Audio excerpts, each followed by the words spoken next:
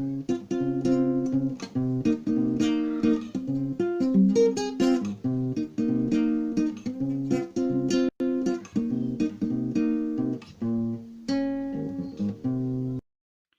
aí, galerinha do nono ano, tudo bem? Aqui professor Pedro falando. Saudade, galera. Então, pessoal, a gente vai dar uma estudada aqui sobre os seguintes conteúdos: globalização, mundialização, multiplicidade cultural, blocos econômicos, organizações internacionais. Recomendo que vocês deem uma olhadinha aqui no livro didático, tranquilo. Bom, pessoal, origens da globalização. Então, a gente pode afirmar aqui que o processo de globalização ele é bem antigo, né? Então, vamos aqui partir desse pressuposto, né? O século XV e XVI, com as grandes navegações, né? Processo de colonização do continente americano pelos portugueses e espanhóis, né? Então, a gente já vai ter aqui também um elemento de globalização. E a segunda etapa da Revolução Industrial, a segunda etapa do capitalismo entre os séculos XVIII e XIX, com a partilha dos continentes africano e asiático, né? Pelos países europeus. Pois bem, galera, fatores pré-globalização. Então a gente vai ter aqui um período pós-Segunda Guerra Mundial que vai inaugurar uma etapa chamada Guerra Fria, tá ok? Então a gente vai ter aqui, né, a gente já citou as revoluções industriais, né, que vinha aqui a partir dos aspectos técnico-científico, informacional. Então, voltando aqui, como a gente falou, então com o fim da Segunda Guerra Mundial, a gente vai ter uma organização do mundo, né, ou seja, uma geopolítica dividida em dois polos, né? Então esses dois polos ocorrem a partir do que a gente vai chamar de Guerra Fria, onde a gente vai ter essas duas grandes potências, né? Aqui, né, a gente tem a bandeira, né, que vai significar, por exemplo, a União Soviética, e aqui a gente tem, por exemplo, os Estados Unidos, que vai classificar, né, o propósito de ideia, né, de economia capitalista, que é uma economia planificada, ok? Então a gente vai ter essas duas grandes potências, né, militar, né, duas potências que vão também disputar também a colonização do espaço, né, a corrida espacial, corrida armamentista, período esse que vai marcar o século XX também com a tensão dos conflitos nucleares, né, essa possibilidade de uma guerra nuclear.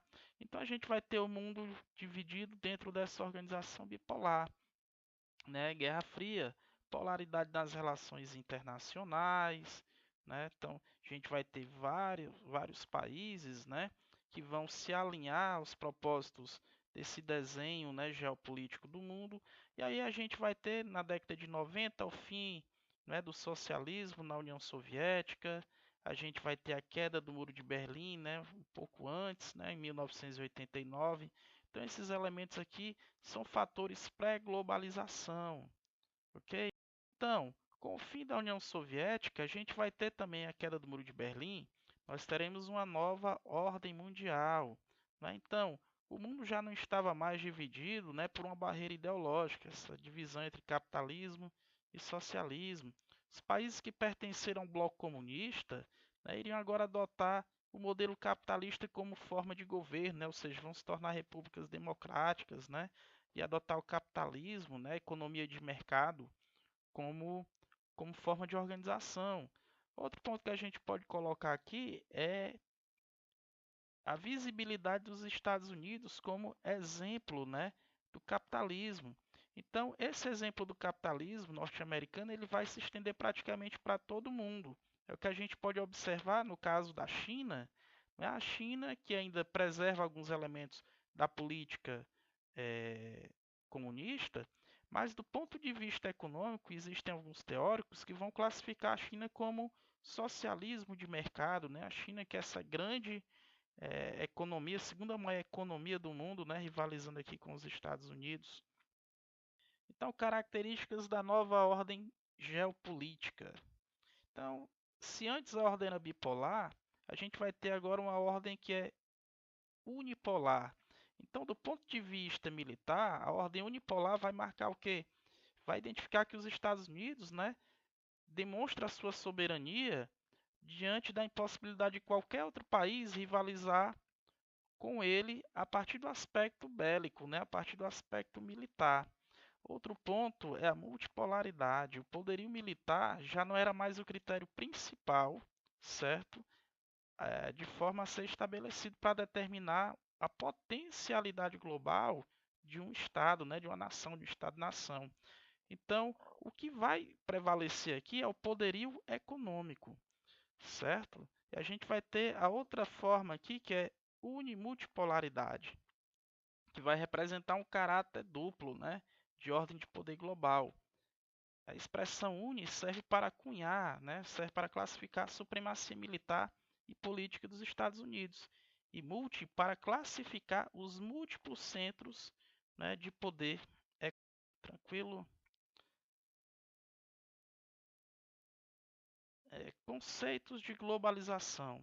Então, o termo globalização ele é empregado para descrever a atual organização do sistema capitalista e a sua consolidação no mundo, né, que é vista como instrumento total ou parcial de integração entre as diferentes localidades do planeta, né, a partir, né, desses elementos, né, que possibilitaram todo esse processo de globalização, de interligação do mundo, né, moderno, pelos sistemas de transporte, né, pelos sistemas de comunicação, e a gente tem como exemplo bem prático aqui do século XX, né, a internet, né, como esse mecanismo de interação instantâneo, né, por exemplo, a gente vivenciando esse período de pandemia, né, a gente está estabelecendo essas comunicações, né, imediatas a partir desses sistemas de comunicação, né?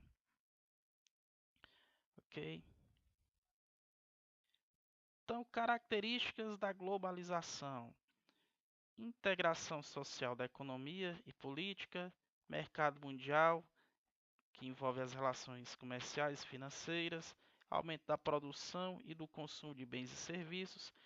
Esses elementos aqui a gente pode ver nessa imagem essas várias logomarcas, né? Essas logomarcas elas vão representar, por exemplo, o mercado mundial, as relações comerciais e financeiras, né, entre o mundo. A gente vai ter essas logomarcas, elas vão representar as empresas multinacionais ou transnacionais, essas empresas que vão estar aí distribuídas, né, no mundo, né?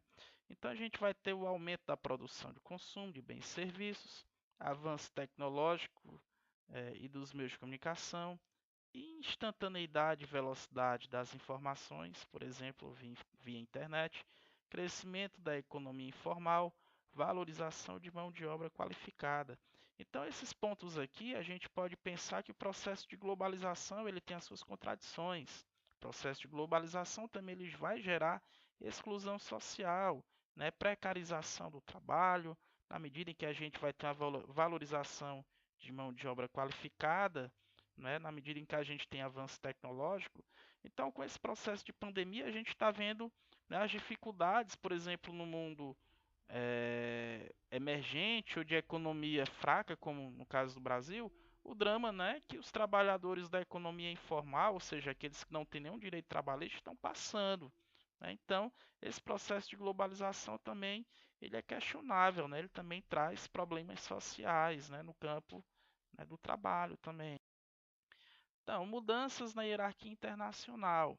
Então, a gente tinha aqui uma classificação, né, logo no decorrer desse processo, no início desse processo de globalização, a gente vai ter o conceito de primeiro mundo, que vai classificar os países capitalistas desenvolvidos, a ideia de segundo mundo, que são os países que eram os países socialistas, e o conceito de terceiro mundo, que envolve países subdesenvolvidos e emergentes. Né? A gente se enquadra aqui, né, no caso do Brasil, então, com o fim dos países do segundo mundo, né, com o fim do socialismo na União Soviética, a gente vai ter uma outra nomenclatura, certo?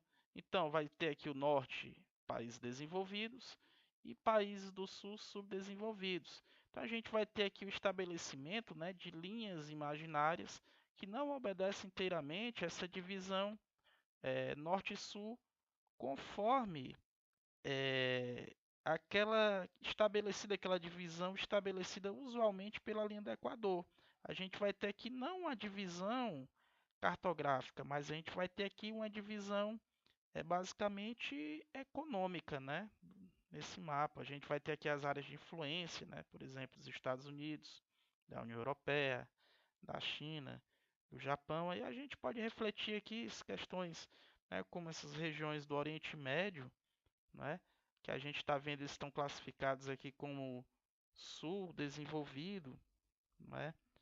O México, que está aqui ao norte, né, na América do Norte, está classificado como sul desenvolvido.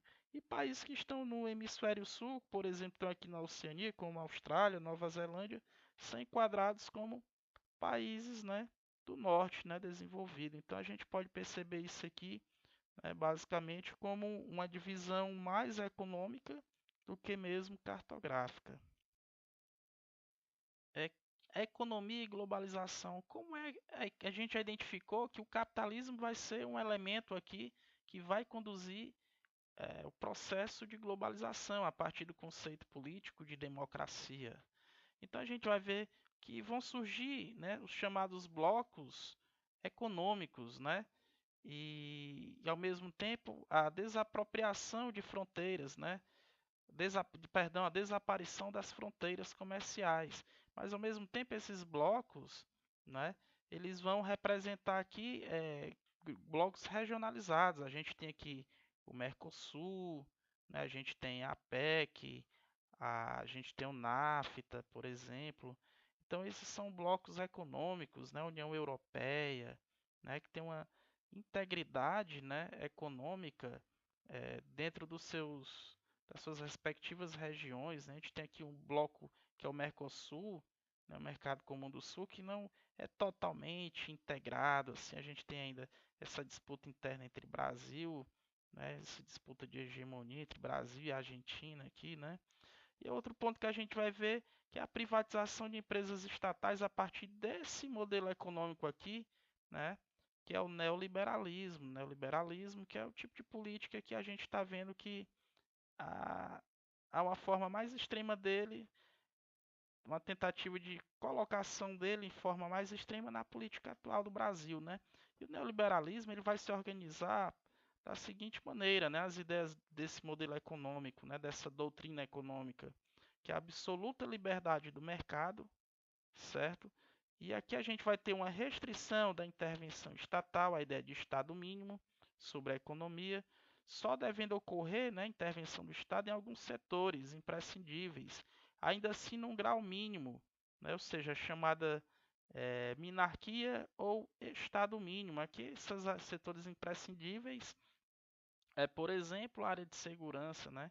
Então, o neoliberalismo é um tipo de política, né, que está dentro do processo de globalização, que está dentro do capitalismo, né, principalmente o capitalismo financeiro, que tem o objetivo mais de dar sentido à iniciativa privada e diminuir o poder do Estado. Então, a gente pode pensar no sucateamento, né, dos serviços públicos, por exemplo, o favorecimento do privado e o sucateamento do que é público, é algo para se refletir bastante em relação a essa doutrina econômica, de como ela se desenvolve em um país cheio de dificuldades como o nosso.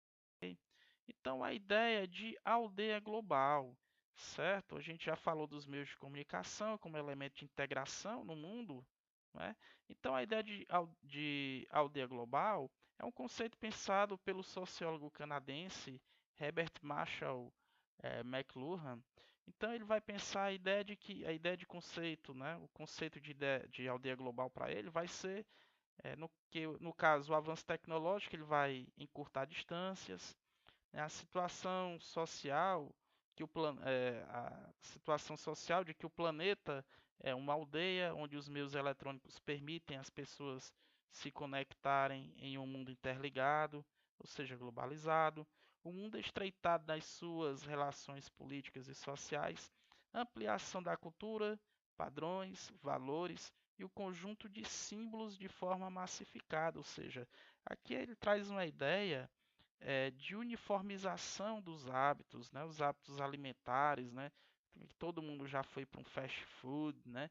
Ou seja, essa linguagem, por exemplo, mais americanizada, né? Dentro desse contexto de globalização, a gente também tem essa forma de importar valores culturais e uniformizá-los, né? Então a gente tem aqui esses elementos também de aldeia global, né, que dá a sensação de diminuição, de encurtamento das fronteiras a partir da comunicação, certo? A partir da internet. É, com o conceito de aldeia global, a gente vai ter também outros conceitos aqui, que é a ideia de multiplicidade cultural, né? Então, a ideia de multiplicidade cultural entra dentro do que a gente vai perceber por diversidade cultural, que irá abranger as variadas características próprias de um grupo específico de seres humanos, certo? Estes, por sua vez, irão dividir o mesmo território possuindo costumes pessoais que os diferenciam, né, de outras práticas culturais. Então, dessa forma, as variadas culturas compõem o que se entende por identidade cultural. A gente pode fazer um questionamento: a globalização, ela pode gerar algum risco à diversidade cultural?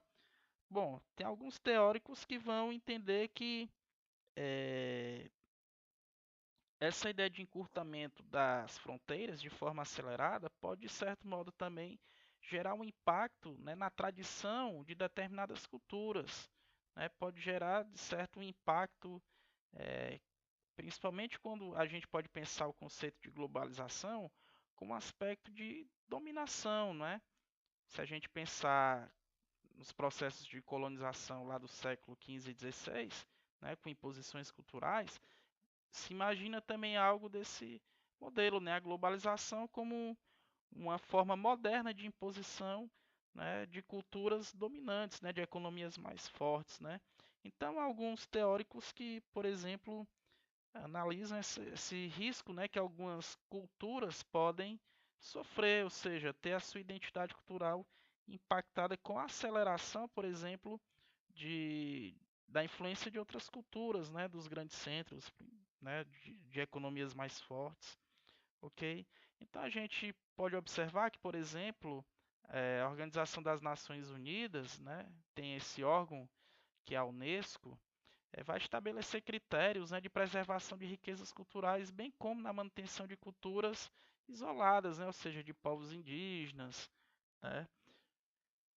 Aí a gente tem aqui um exemplo, né, de também de trocas culturais. A gente vai ter as trocas culturais, as identidades culturais dentro do mundo global, né, as bandeiras de defesa, né, por exemplo, como a bandeira LGBT, né, esses grupos aqui que, por exemplo, lutam pela diversidade, né, cultural também, o direito de poder amar diferente, de não sofrerem com a violência, ou seja, de um mundo mais inclusivo, não é? A gente tem aqui, por exemplo, o exemplo dos cosplay, né? A cultura otaku.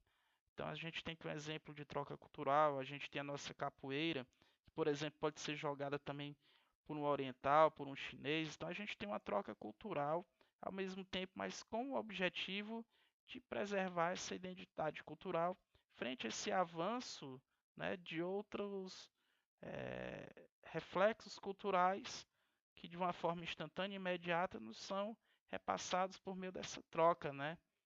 Dessa troca por meio das redes sociais, né? Por exemplo. Tranquilo? Galerinha, grato pela atenção. Espero que vocês tenham gostado.